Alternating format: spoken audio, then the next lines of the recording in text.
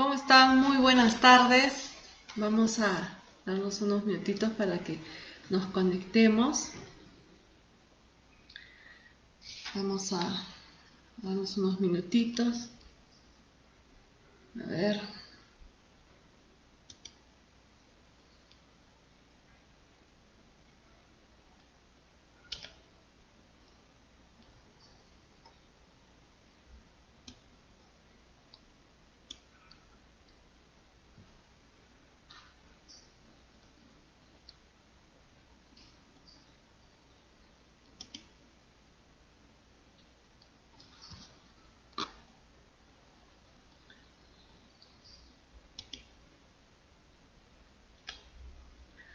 ¿Listo? Vamos a comenzar la pequeña charla del día de hoy. Mi nombre es Andrea Ruiz, psicóloga de la Clínica Paz Holandesa. Hoy día he querido tocar un tema que es la función de los padres en la educación virtual de sus hijos. Por una sencilla razón, es un tema en donde estamos sumergidos todos los adultos, sea que tengamos hijos o no, estamos siendo partícipes de esta educación virtual. ¿Por qué? Porque tenemos un sobrino, hijos, primos, que estamos viviendo con ellos y estamos dentro de esta educación virtual. Nosotros mismos también estamos dentro de una educación virtual, los que llevamos unos cursos extensivos profesionales, sea maestrías, diplomados, especialidades, también estamos dentro de esta educación virtual. Y sí, se ha tornado bastante difícil la adaptación a ella, pero en lo que es el sistema escolar ya se ha iniciado el año 2021 y en el estado se está iniciando el día lunes. Por eso es que para mí es de suma importancia tocar este tema. ¿Por qué? Porque la educación virtual el año pasado se ha visto que ha sido como un sistema estresor para las familias. Porque bueno, sí, salió de la noche, como se dice, de la noche a la mañana, y no sabíamos cómo desarrollarnos como familia, como padres, y interfería en la educación de nuestros hijos. También la base de lo que yo quiero con esta charla es que ustedes como padres demuestren de que en casa también puede ser una educación óptima para sus hijos. Y también tengan en un futuro esta capacidad de decir, ¿te acuerdas cuando estudiábamos en casa y cómo hemos jugado, cómo hemos aprendido? Pero que sea un buen recuerdo. Es una experiencia que muchos padres van a tener y que otros no. Entonces podemos recordarlo como una experiencia bonita antes de una experiencia estresora. Y también deben entender de que la educación virtual para sus hijos es una manera de cuidarlos y protegerlos también ante el virus. Entonces, cuando hablamos de función de los padres en la educación virtual de sus hijos, hablamos acerca de muchos integradores en este sistema, por lo cual vamos a comenzar. Para comenzar, es que los padres son positivos para el aprendizaje, ¿no? Espero que estar viendo las diapositivas. Los padres, ¿por qué son positivos para el aprendizaje? Porque los padres tienen una capacidad que tal vez en colegio, por la enseñanza que hay que cumplir metas, hay que cumplir conocimientos, la currícula y todo, no se puede dar, pero nosotros podemos enseñar y reforzar un aprendizaje con amor. Podemos nosotros ser partidarios de una educación más lúdica con nuestros hijos. Entonces, sí, los padres son positivos para el aprendizaje cuando cumplimos la función de padres dentro de. ¿Cómo es eso? Nosotros no podemos interferir entre el trabajo del docente, pero sí podemos educar con amor a nuestros hijos, darles un clima de confianza para que ellos puedan conversar con nosotros.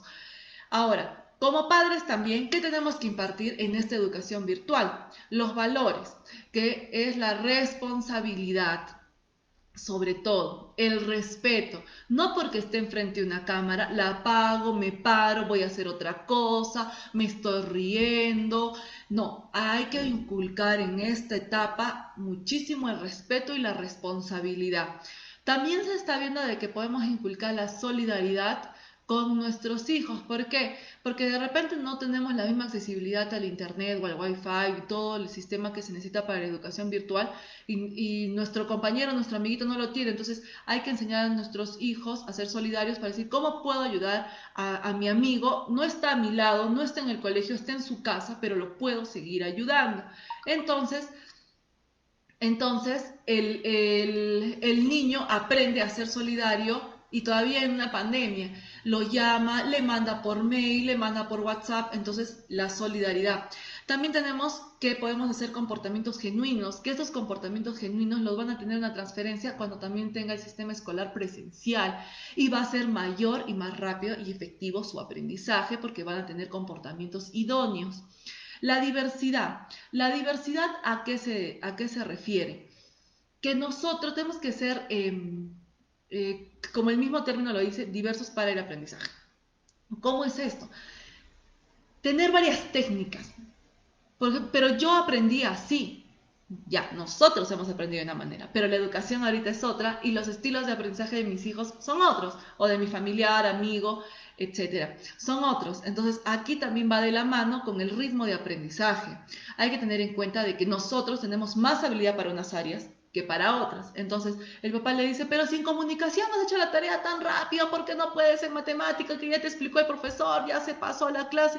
Es que hay que, ahí como padres, para ser positivos, tenemos que encontrar a nuestros hijos cuáles son las falencias para poder reforzarlas mediante una diversidad de técnicas de aprendizaje, de momentos de aprendizaje, formas de aprendizaje. Entonces, para eso está la diversidad en cuanto y siempre en base a ritmo de aprendizaje del estudiante. ¿Cuál es la principal? También, hacer sentir a nuestros hijos que no están solos. Una cosa es que no estén solos, o sea, hacer que ellos sientan que hay apoyo si es que pasa alguna dificultad en casa en cuanto a su educación, a sus clases, pero no significa que estén al lado. ¿Ya? Si es educación infantil, inicial, obviamente hay que estar al lado con nuestros hijos por el tema de distractor, el baño y a veces se requiere más trabajo manual, entonces hay que ayudar a nuestros hijos. En inicial sí, pero grados posteriores yo creo que ya no deberíamos estar, sino que hay que darles el apoyo, el soporte emocional, pero sin sumergirnos en su proceso de aprendizaje, porque cuando retornen al colegio de manera presencial van a decir, ¿dónde está papá? ¿Dónde está mamá? Y se van a sentir inseguros, no van a tener confianza y eso sí va a afectar el proceso cognitivo-conductual o el proceso de educación. Entonces, partiendo de que no, hacer sentir que nuestros hijos no están solos, entramos a estos 5 puntos que son sumamente importantes. Entramos a lo que es el miedo y la incertidumbre. El miedo y la incertidumbre es, mi hijo estará aprendiendo bien, habré respondido bien, la profesora me habrá escuchado cuando dije la respuesta o cuando dije presente.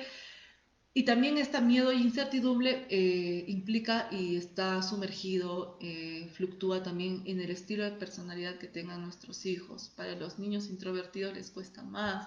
Para adolescentes que están pasando por problemas de autoaceptación, autoestima, prender la cámara es un poco complicado. Entonces hay que ser ese soporte para ellos, para que no tengan este miedo y esta incertidumbre. Pero según los estudios, este miedo y incertidumbre se están dando tanto en padres como en estudiantes. ¿Ya? Entonces, si el padre tiene este miedo, esta incertidumbre de mi hijo está siendo efectiva la educación virtual en mi hijo o no, yo creo de que primero tenemos que llegar a una calma nosotros para no transferir esas emociones a nuestros hijos y ellos puedan tener una educación correcta en casa. Luego, somos padres, no profesores. Los profesores en la hora de colegio, en la hora de clase, tienen el momento para impartir sus conocimientos, la forma, el método que ellos utilicen. Pero si nosotros como padres vamos a decirle, no le hagas caso a tu profesora, vamos a hacer así la tarea como yo creo, o de esta manera lo haces más rápido. Entonces estamos haciendo que el menor pierda el valor del respeto que hemos hablado hace un momento. Entonces nosotros tenemos que decirle, si tu profesora, si tu miss dijo de esa manera, tenemos que hacerlo. O por ejemplo, dice, pinta el dibujo de, no sé, se me ocurre, la independencia del Perú. Ay, no, que vamos a estar pintando, no hay tiempo. Imprimen, cortan y pegan y mandan la tarea.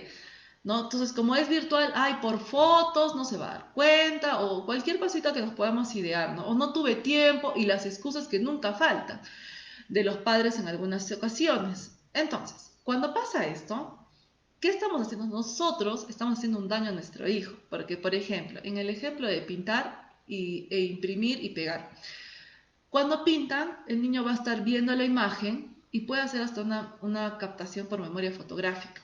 ¿Ya? Entonces, y se va a acordar porque está ahí, mira, acá está, y empiezan a pintar y recuerdan. Pero ¿qué pasa si es que nosotros solo pegamos? Es como que ni siquiera se dan cuenta, cortan rápido, pegan y se van.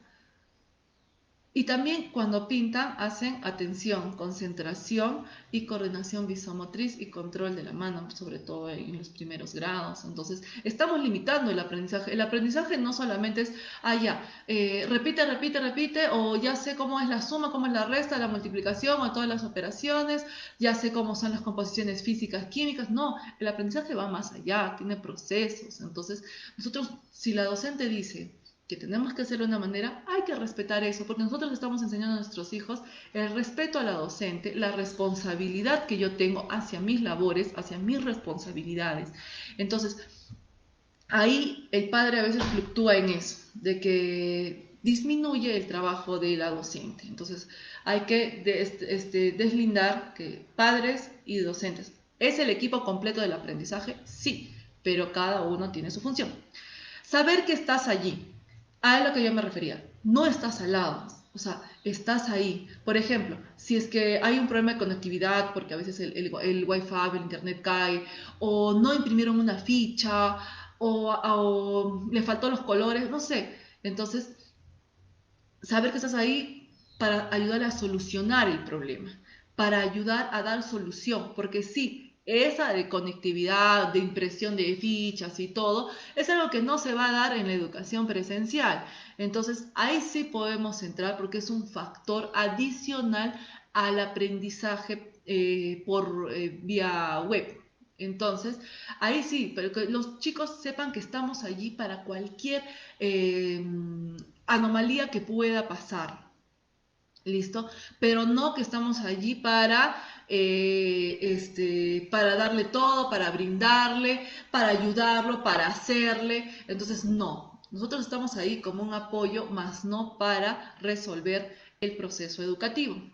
Explicar no es dar el resultado. ¿Qué significa esto? Si nosotros, por ejemplo, yo lo he visto en terapias que yo doy virtual, los papás están, hijo, ¿y esta emoción cuál es? Entonces el papá como que mira, asustado. Por más bajito que hablen, se siente. Entonces, aparte de eso, estamos haciendo que nuestros hijos se quiten la responsabilidad. Entonces, y cuando vayan al colegio, ya, Camila, pero ¿cuánto es, digamos, no? 2 más 2. Y Camila va a mirar a los costados y ya no hay papá, ya no hay mamá, abuelita, tío, primo. Entonces se va a sentir insegura. Vamos a crear, si nosotros empezamos a dar las respuestas a nuestros hijos, vamos a crear inseguridad y desconfianza. ¿Listo? También, aparte de eso, de que nosotros estamos debilitando el proceso de enseñanza-aprendizaje. ¿Por qué? Porque dentro del proceso de enseñanza-aprendizaje a veces hay preguntas preguntas conflicto, que los niños tienen que tener la capacidad inductiva, deductiva, razonamiento, comprensión para poder dar una respuesta. Si nosotros le estamos dando, todas esas capacidades se anulan. Y por ende, después le va a costar mucho más el aprendizaje. Entonces hay que tener cuidado en explicarle, pero no dar la respuesta. Hija, lo podemos hacer de esta manera. Hijo, lo podemos hacer de esta manera. ¿Tú qué crees?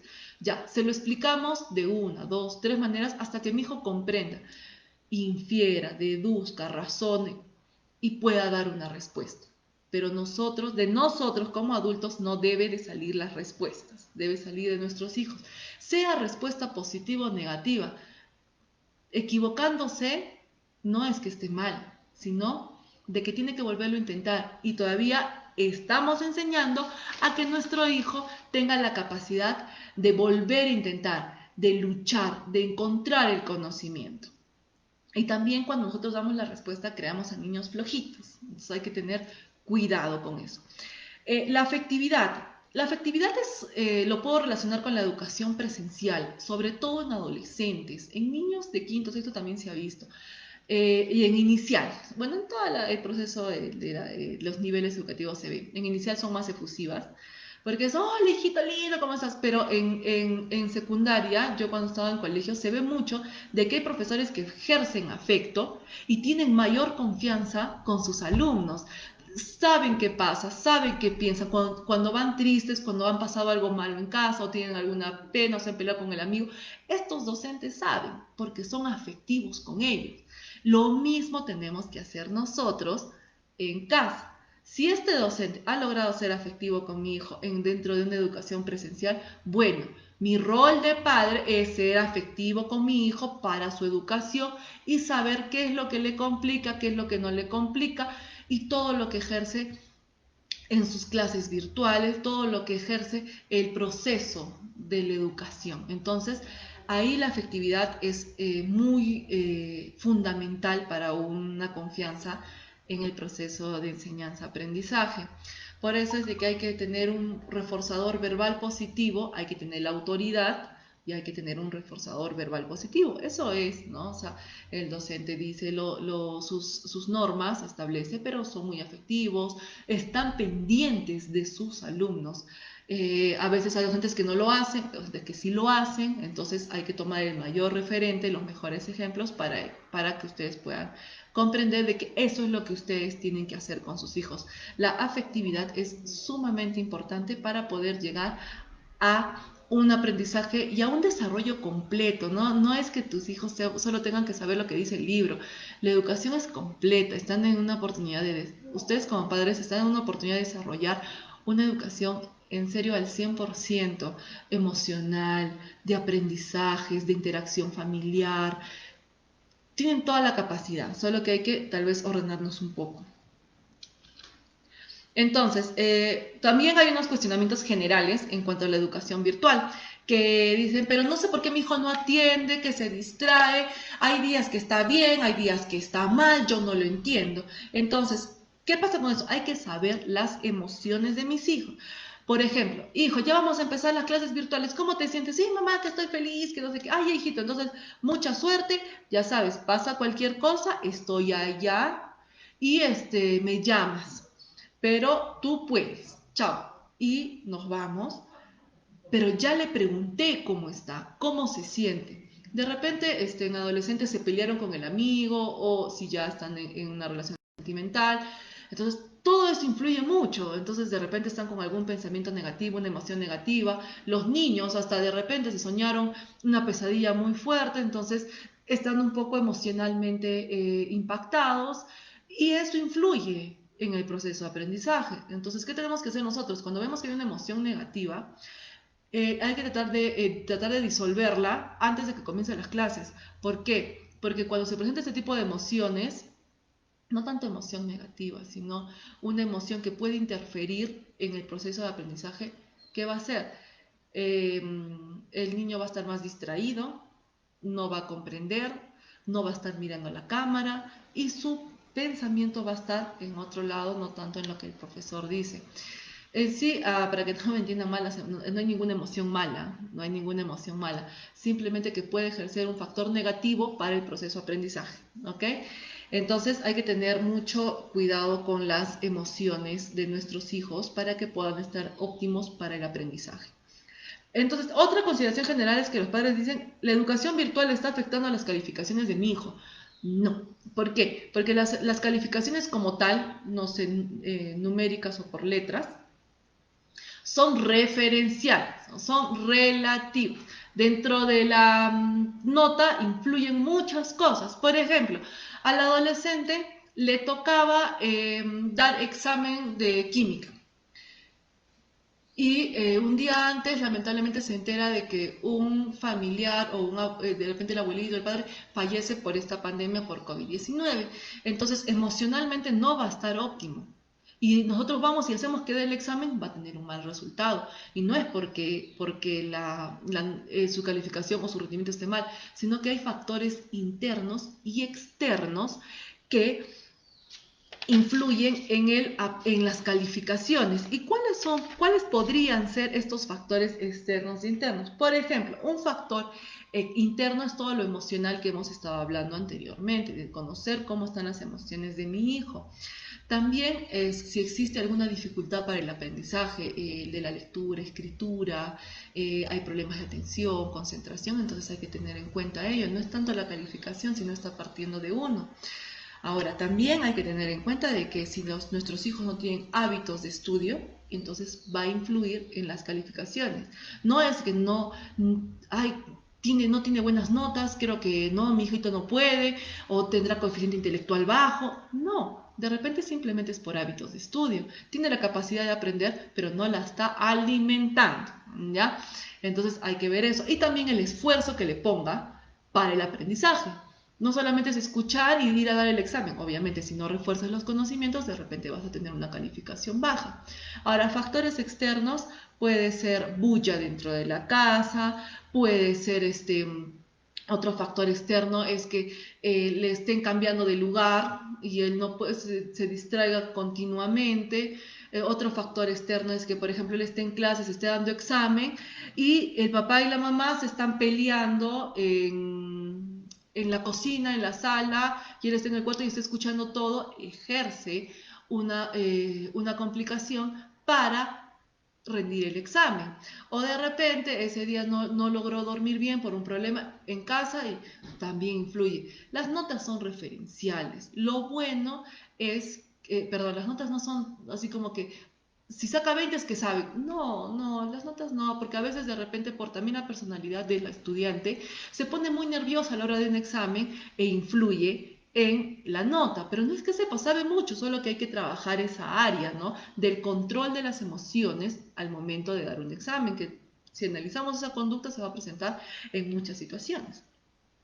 Entonces, ahí estamos viendo que las calificaciones no son referenciales, pueden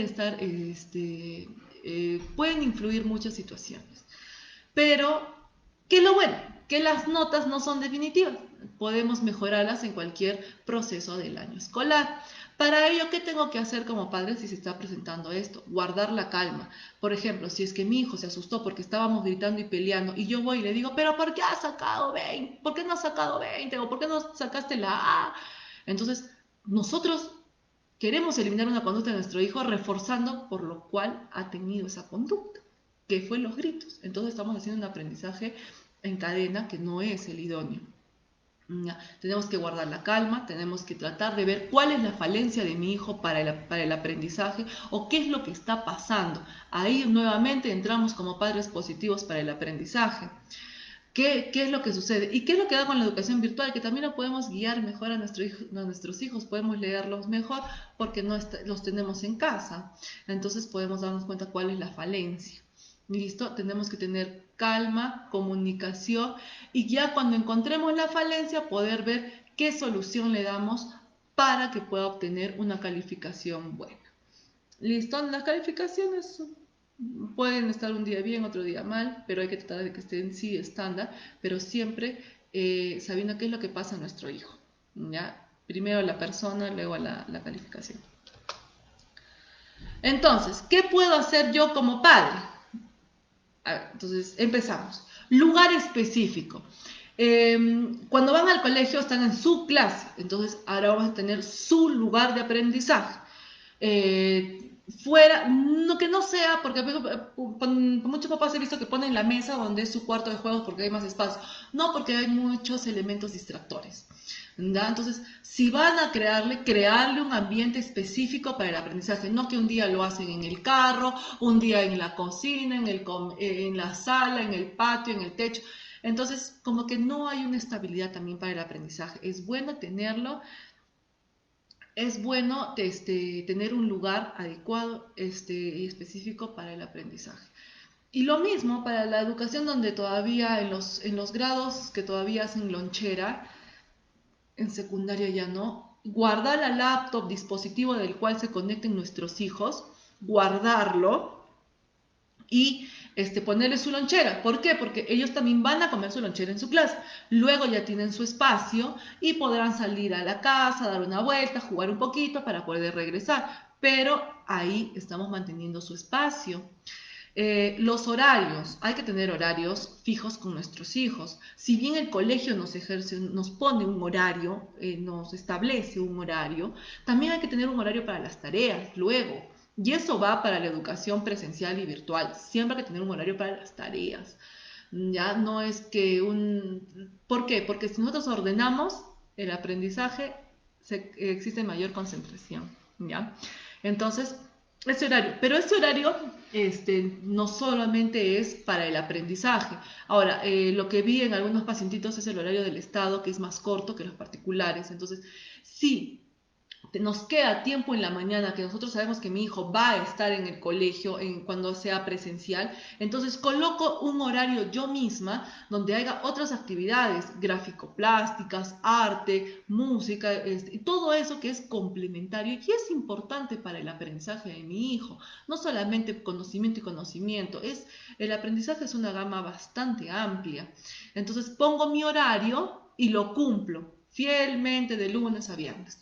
Pero el horario no solamente, como les digo, es lo de clases y tareas, sino también es levantarme una hora, bañarse, tomar desayuno, así peinaditos. Hay algunos colegios que hacen poner el uniforme, me pongo mi uniforme y si a las 8 tengo clases, bueno, 5 para las 8 o a las 8 ya estoy sentado en clase.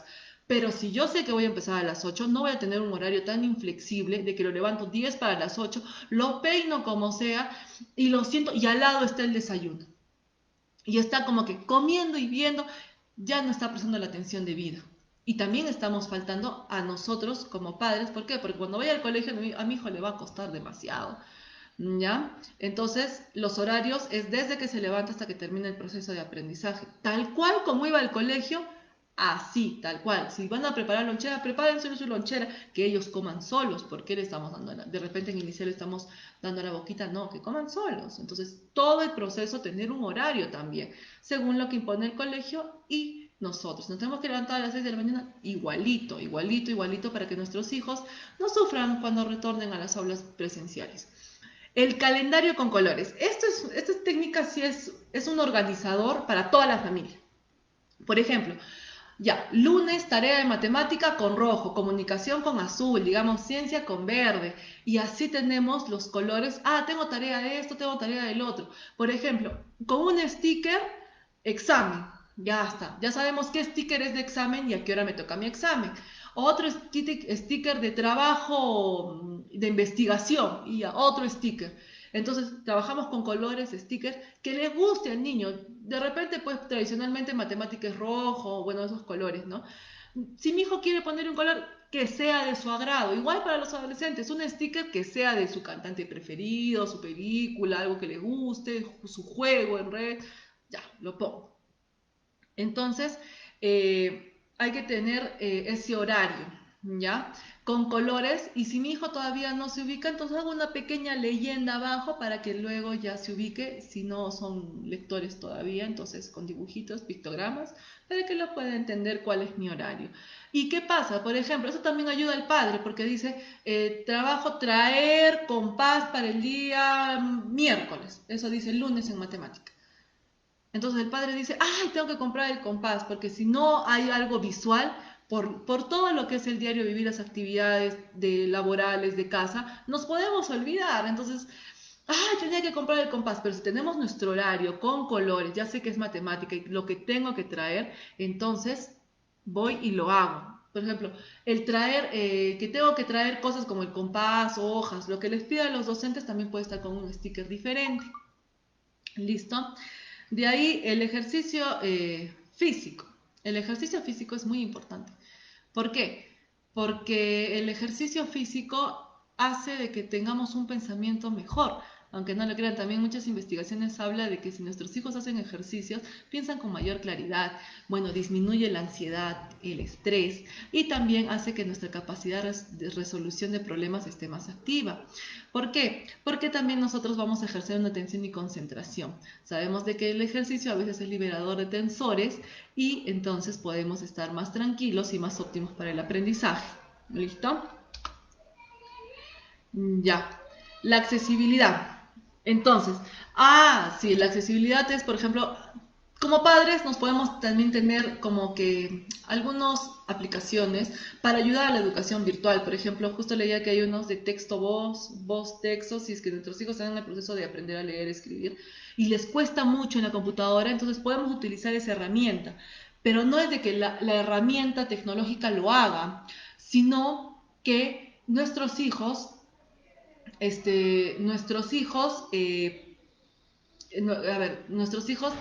luego lo refuercen, ¿ok? Entonces, esta aplicación no lo es todo. Esta aplicación esta aplicación hay que reforzarla luego. Por ejemplo, si pasan un video en YouTube, repetírselo o tal vez hacer que la reproducción sea más lenta del video para que mi menor hijo lo pueda comprender. Pero si estoy viendo que hay esa falencia, entonces nosotros tenemos que reforzar como padres. La comunicación permanente. La comunicación es básica para que nuestro hijo se sienta en clima de confianza para el aprendizaje. Si nosotros no hablamos con nuestros hijos y solo ejercemos un estilo de crianza autoritario, entonces no vamos a poder llegar a que nuestros hijos, si es que están pasando una dificultad por la educación virtual, sobre todo los adolescentes, nosotros seamos ajenos a eso y después se vean las calificaciones bajas y todos los problemas. Las barreras de aprendizaje. Nosotros no hay barreras de aprendizaje. Hay que tener en cuenta y esto se conecta con la diversidad, ¿ya? Entonces la diversidad, nosotros tenemos que ser ahora sí súper ingeniosos para que nuestros hijos puedan aprender. Ahora, hay que tener muy en cuenta lo que es la diversidad del aprendizaje, los elementos distractores del aprendizaje. Nosotros tenemos que darles cuando hablaba de lugar específico, se me pasó de lo que son los distractores. Los distractores no son de vital importancia anularlos. ¿Por qué? Hay muchos distractores, como los elementos de bulla y lo que ya todos hemos hablado. Pero, por ejemplo, he visto o veo que algunos adolescentes están con la laptop en sus clases y están con el celular.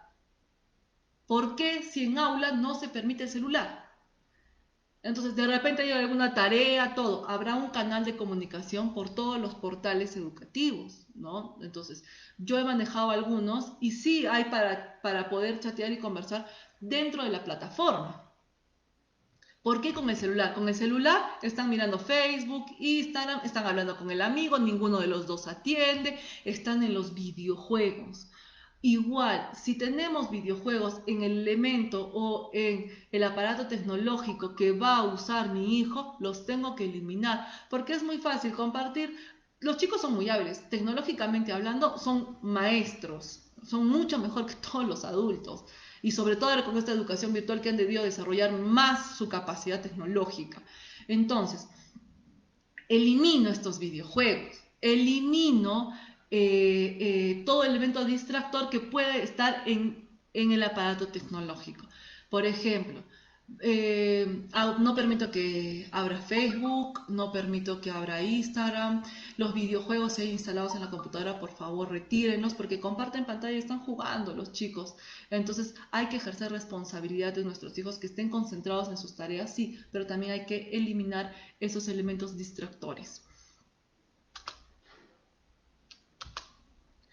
Eso es lo que yo he podido preparar hoy día para ustedes. Para mí es de vital importancia, como les digo, este proceso. Está en nuestras manos. No es difícil, es constancia y perseverancia con nuestros hijos. Y antes de terminar, quisiera saludar a la Clínica Paz Holandesa por su aniversario número 20, con esta gran labor que hace por todos los niños y por toda la población de Arequipa. Felicidades y que sean muchos años más. Muchísimas gracias, mi nombre es Andrea Ruiz, en el servicio de psicología nos encuentran de lunes a sábado para poder ayudar y resolver todas las dudas. Muchísimas gracias.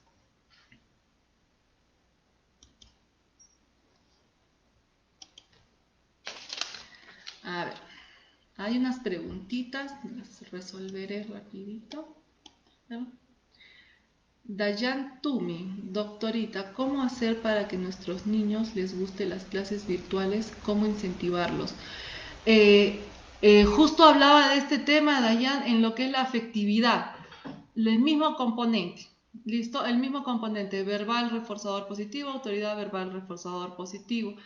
Siempre nosotros empezar, por ejemplo, si mi hijo no le está gustando mucho y es pequeñito porque se está aburriendo, levantarnos y nosotros podemos ser los mismos actores, ¿no? Entonces, hay un día más de clases, qué emoción, vamos a ver qué aprendemos hoy día. Si nos ven con esa actitud nuestros hijos, entonces nuestros hijos van a transferir y van a tener tal vez esa misma actitud.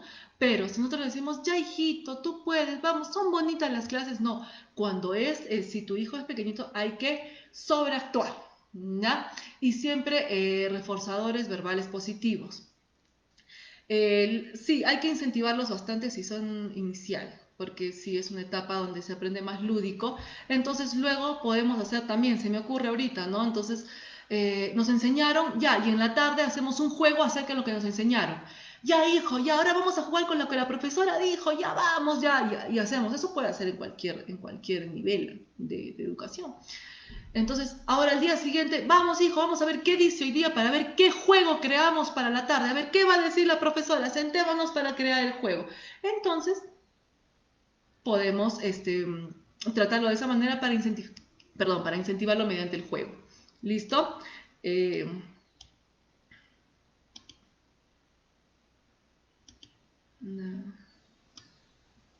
Pina Delgado Lazo. Qué bueno que la clínica, sobre todo profesionales como usted, doctora, orienta y ayuda a los padres que tienen niños en pleno aprendizaje. Actualizaciones. Muchísimas gracias, señora Pina, por la participación. Bueno, eso es todo por hoy día. Muchísimas gracias por acompañarnos, por estar con nosotros y nuevamente felicidades a la Clínica Paso Holandesa por su aniversario número 20. Hasta luego.